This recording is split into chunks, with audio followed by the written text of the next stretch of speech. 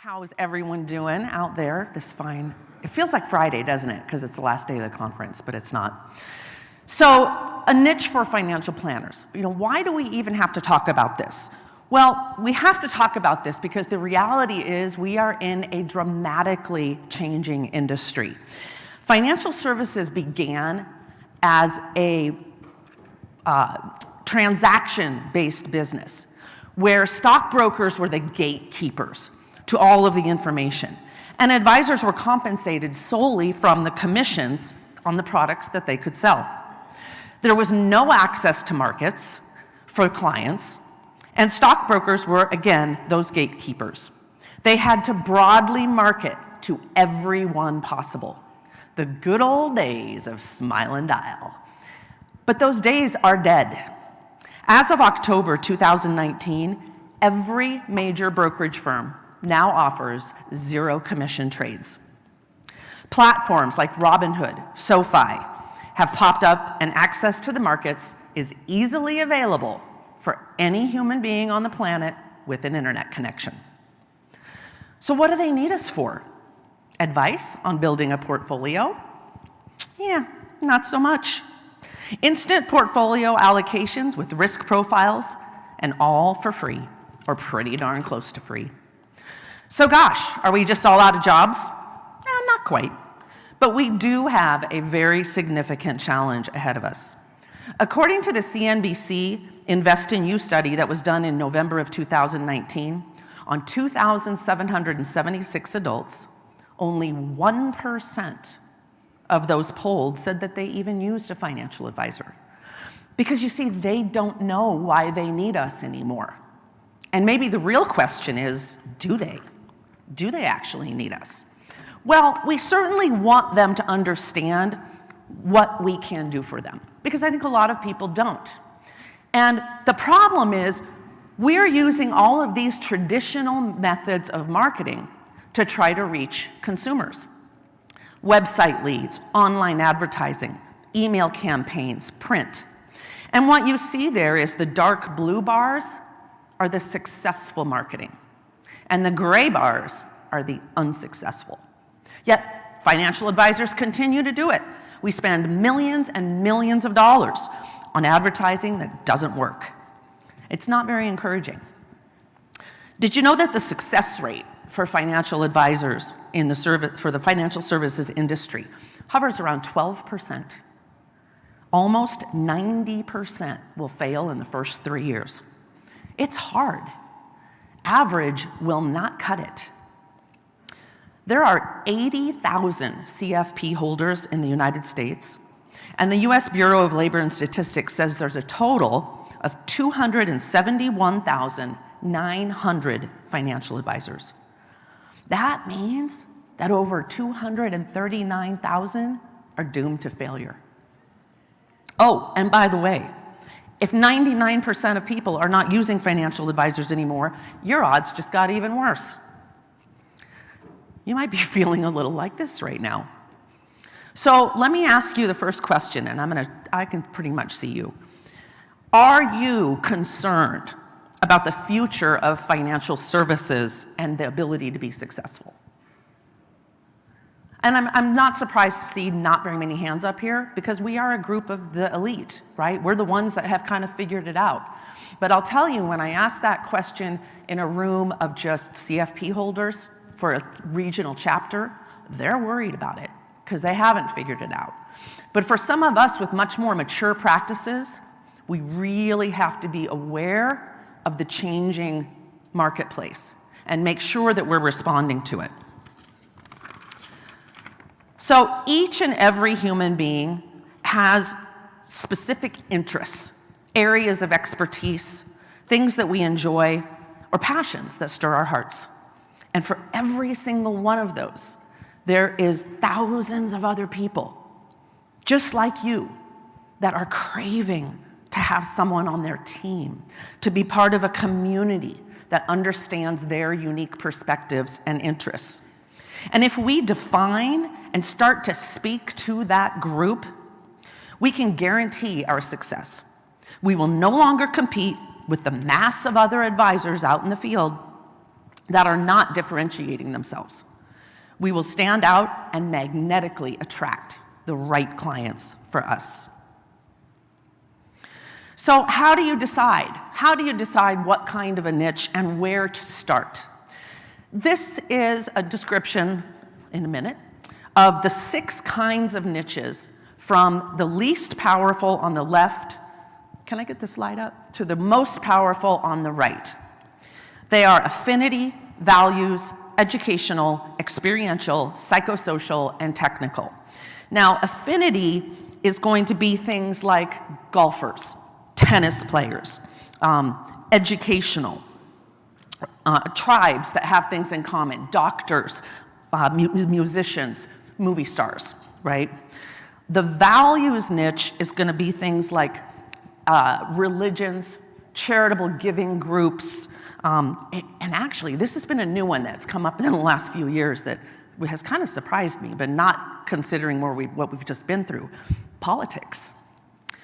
With as divisive as politics has become in this country, I actually have a client that fired every professional she worked with that was not in her political party because of the hate speech that they were putting out on social media. And I thought, wow, that is pretty powerful. She fired her estate planner, she fired her corporate attorney, she fired the third-party trustee that was on her estate planning. She stayed with me. I was lucky that I was like-minded. But that's what attracted her to me in the first place. So it's been kind of interesting. Educational. When you look at an educational niche, this is a certain population of people that need certain information. So these are going to be people that inherit, people that come into sudden money, maybe business owners that finally sell and exit and have a giant liquidity event. So they've never really had to deal with managing a large pool of assets, and they really need education and hand-holding along the way. The experiential is a group of people that is special and unique. You know, think professional athletes, movie stars, where they believe that they're in this, they have these very, very special needs, and they want to be in an elevated group, an elevated population. And it has to be really tight and really, really specific. Like, you can't even say professional athletes. It would have to be professional football players, professional baseball players. And each one is a separate niche because each one of them has very unique needs. Psychosocial. This applies to a specific psychological state. And it's actually a very powerful way to niche. This is actually my niche. This is going to be divorce, financial transitions, widow, death of a family, people that are in a specific emotional state that have then a specific emotional needs around that event. And the last one would be technical. For most of you financial advisors out there, you're probably familiar with Ed Slott, the IRA guy. You know, he's really defined a very, very tight niche of a technical area. One of my coaching clients specializes in federal employees, FERS, CSRS, and all of the planning needs that federal employees have that are unique to them. It might be public servants, firemen, policemen, military is another technical niche that can be very effective. So let's take a look at our competition a little. I did some Googling and I found several firms, and I hope none of them are in this room, but if they are, consider this a learning experience. So let's look at some homepages. So here's the first one. A dedicated financial partner, someone who takes the time to understand your story. A dedicated financial advisor and partner. Retirement planning, complimentary consultations, let's see here. In-depth education, customized financial planning. Independent, fee-only, experienced advisor. Yeah. See, the vast majority of firms are marketing to everyone and no one. And when you see that kind of marketing, it doesn't connect with anybody. But yet we keep doing it. So let's look at some others. Look at this one, the financial gym. Meet your new BFF.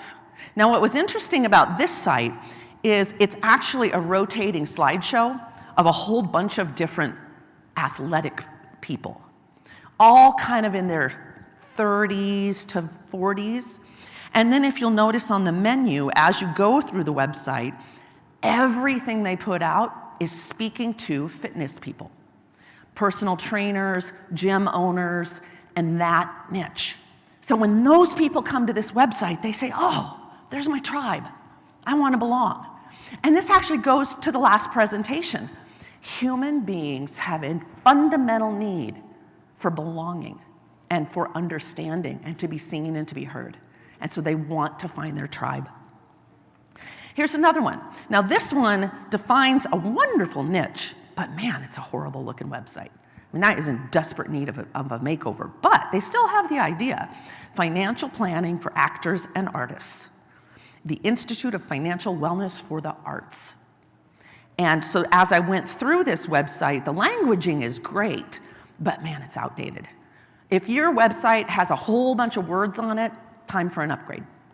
Because everyone in this country, everyone in the world now, we all have acquired ADD, where we have so much information coming at us so quickly that we won't stop unless something visual catches our attention. So the new marketing method for online marketing is visual, lots of pictures, video, and only a few words. Get them to come talk to you. They're not gonna read a bunch of stuff on your website. I really, really like this one. This one doesn't do justice on the slide because it was actually a video. So this is the helping creative professionals achieve financial success for life, but then down below, leading in services the financial and business needs of entertainment industry. That's a video at the top of actors and actresses walking down the red carpet and the flash cubes going off, the flash cameras going off, sparkle and glitz and glamour. And so it just really was like, oh, this is for the movie stars. So if I'm that person, I'm gonna be like, oh, they get me, right? Here's another one, financial planning for physicians. But then I noticed, I don't care much for the graphic. That font is really antiquated. But look up at top. I'm a physician, I'm a dentist. So they tell you right off the bat, do you belong here? If that's you, you belong here. Click right there. So I thought that was really, really well done. This is actually my homepage. My niche is divorce. I'm a certified divorce financial analyst. And after my own divorce in 2007, I became very, very passionate about helping people not make the financial mistakes that I had made, and to have resources going through the divorce process that just didn't even seem to be out there when I went through it in 2007. So that has become my niche, and I focus all my businesses on it.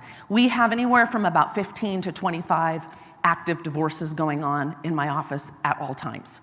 On average, we see about 60 to 70 qualified leads every year. And about half of them continue and stay with us in the RIA financial advising practice. So I get way more net new assets through this micro niche than I ever did competing with every other financial advisor in town by speaking to everyone and no one. At this point, I've added a second location in Indiana, and we're onboarding new advisors and starting to really expand the reach, all in the divorce niche businesses. So once you choose a niche, then you want to really dive in deep on what are the peripheral services that those niche clients are looking for. And you want to offer those services. So for instance, my company offers divorce coaching, mediation, co-parenting coaching. I have a legal document preparer on staff that does everybody's legal documents. We've evolved to become a full service solution with no lawyers, no judges, and no courtrooms.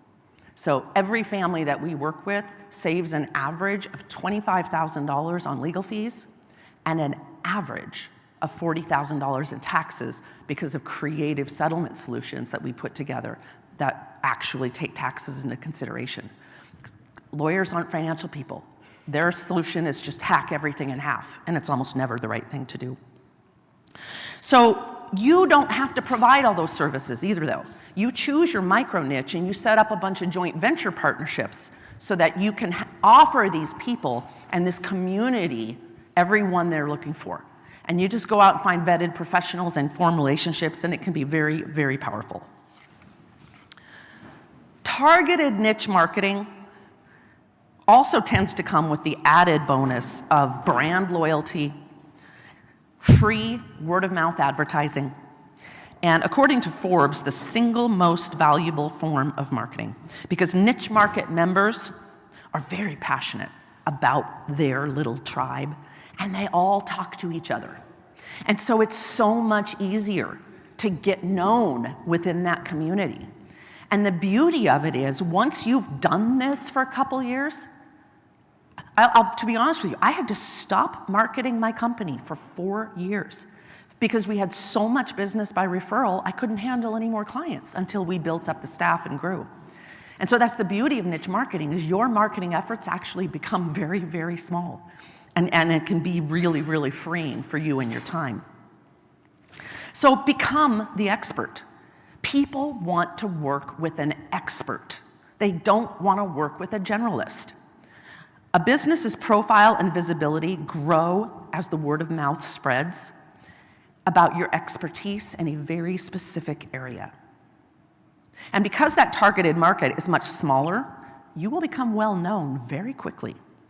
So be unique, step out in front, be different than your competitors. When a business narrowly focuses its niche marketing, there's less direct competition. Find that sweet spot and then provide a service or product specifically targeted to that audience, a well-defined group. And when you do that, there's also much less chance of your business model being replicated. So what's your superpower? Where are you already a specialist, but you haven't dived in? Are you one, there are some in here, of the 1,250 women that are CFPs? That's 1.5% of CFPs are women. If you're a CFP, if you're a female CFP and you're not marketing to women, you are missing a boat, because they want us. They want to work with us. Are you a military veteran? Are you an athlete? Are you a tax specialist? Are you a small business owner that could support other small business owners? Where are you already an expert? And who are the people that are naturally drawn to working with you? Are you that financial advisor that for some reason women are just drawn to working with you? Dive in, embrace it. Or are you that person that for some reason you're working with a ton of engineers and you don't really even know why? Well, there's something there. Pay attention to who's naturally drawn to you. How can you change your marketing so that you're no longer marketing to everyone? Because I guarantee you, if you're marketing to everyone, you're absolutely marketing to no one. Be willing to go deep in a niche, and it can result in big payoffs. It doesn't need to be boring or uninspired either. The options are endless because there are so many ways to niche now. Gender, age, hobbies, income, habits, location, relationship status, just the beginning. It's interesting, I do have some coaching clients that struggle to let go of the normal marketing that they do for their financial firms to really embrace the divorce niche. And they're like, yeah, but I have to do that because I have to keep that business going. Well, by doing that, by refusing to dive into the niche, they actually really hold themselves back. But it's that fear, right, of what if this doesn't work? I better make sure I keep my toes dipped over here. And unfortunately, by doing that, you ensure that this isn't going to work because you're not giving it the effort that you need to give it.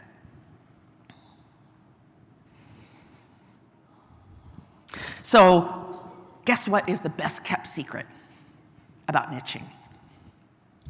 Work-life balance. No more dinner workshops in the evenings to try to buy people dinner and get them to be your financial planning clients. No more traveling around. It's like your marketing efforts become minimized, and you can actually get back a work-life balance. Stop working 70 hours a week. I'll tell you, I make more money now, and I work less than I ever have in my life. And it's really about working smarter, not harder.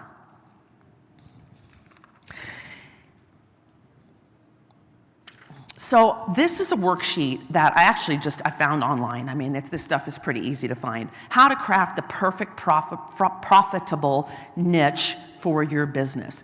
And it takes you through a process of really thinking about, what field are you in? What are you good at? What is your history? What does your target client look like? And how can you really hone in on a powerful niche? If you want this worksheet, my contact information is going to be at the end. Feel free to email me, and I'm happy to provide it to you, because obviously I know that's too small for you to really get in anything. So now I want you to listen to the wise words of Art Williams, he's an insurance executive, actually, and he became a motivational speaker and influenced a major U.S. brand. See if you can figure out who it is.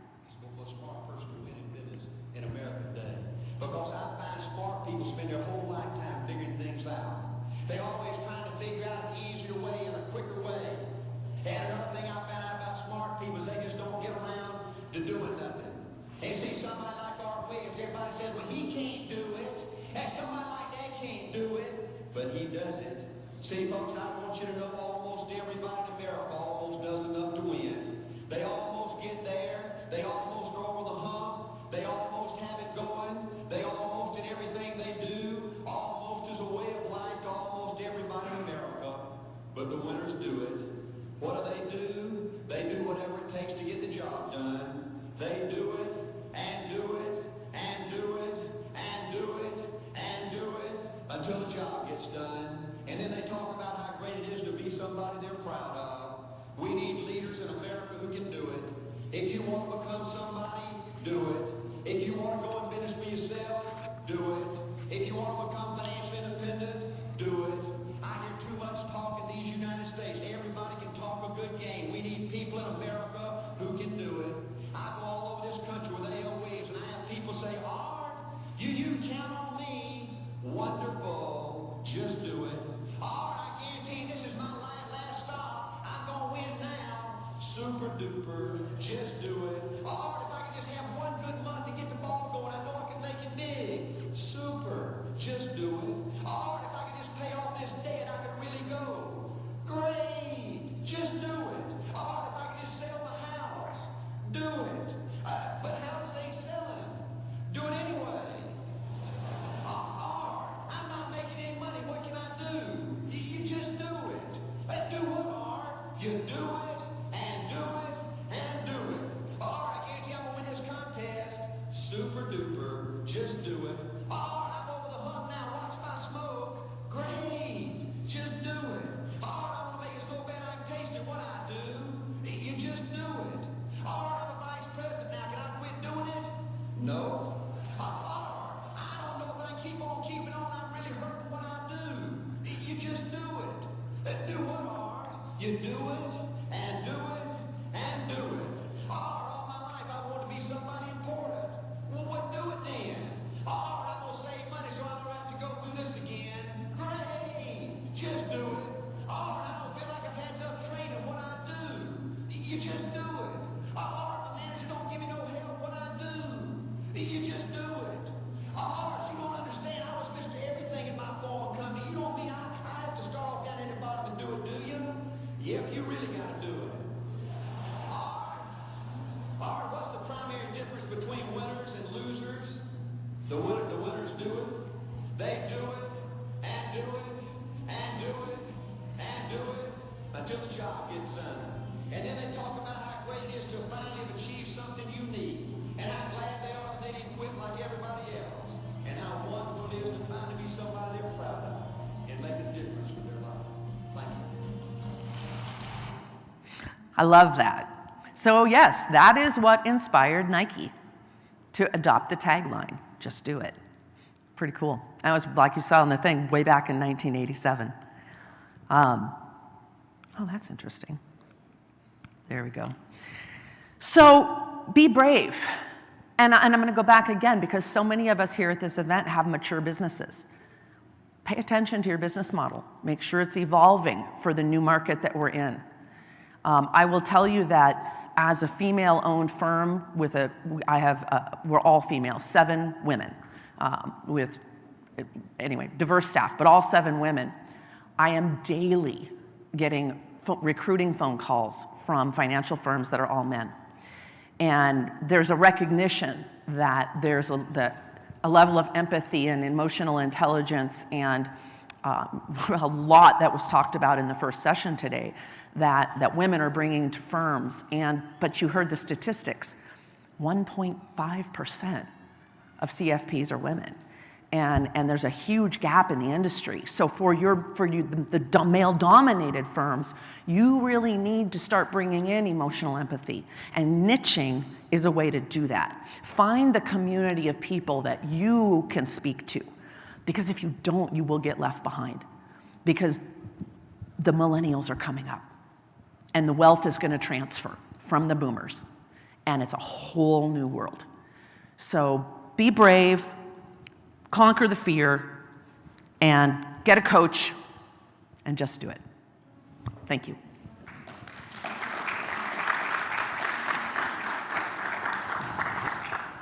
I might have time for it. Is there anybody have maybe one question? Yeah, I got a question in the back.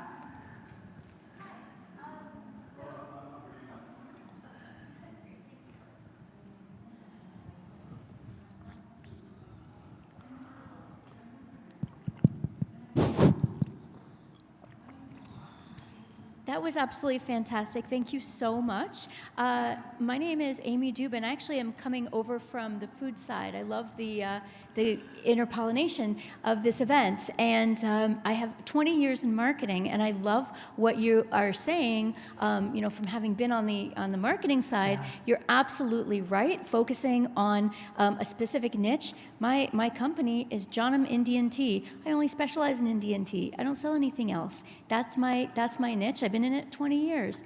And so I love what you're saying about presenting yourself to a niche, but it's not enough to put a website. It's not enough to put the website if they come to your office and they don't get the book cover, right? If they come in and, so for some of those male-dominated offices, bring in an event that a woman produces.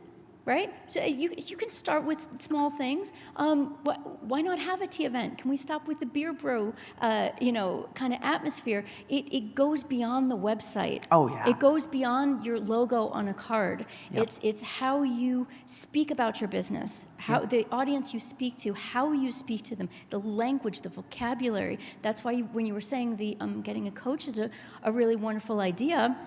And I wanted to make the point that there's a lot of ways to think about including potentially your target market, hiring them for diversity and inclusion training, hiring them for a team building exercise, hiring them for intercultural communication sessions, since we've all been behind Zoom for 18 months.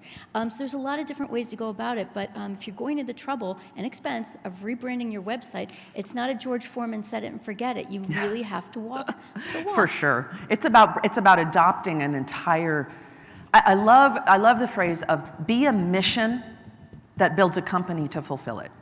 Not a company with a mission. Be the mission. And so, for instance, in my office, I would never wear this jacket. Women don't want you in suits. It's intimidating. And so, and I love what you said too, what we as this whole community, have you noticed as we're milling about in the lunchroom that the marketing people, they're all like dressed up and fancy and jewelry, and we're all like so boring. I mean, really, we're all very buttoned up, we're very left brain, we're very analytical, and unfortunately, that causes us to market wrong. We're data dumpers. We want to tell people who we are, what we do, and how we do it, and they don't care. We have to get into the mind of our clients and speak to their pain points and their needs. Are you someone who, and are you losing sleep at night because of this? I hear you, I understand you, I see you. And I can be your guide. It's a completely different way to approach your market. So stop telling people what you do. Speak to the outcomes. And that's my little marketing pitch. Thank you all very much.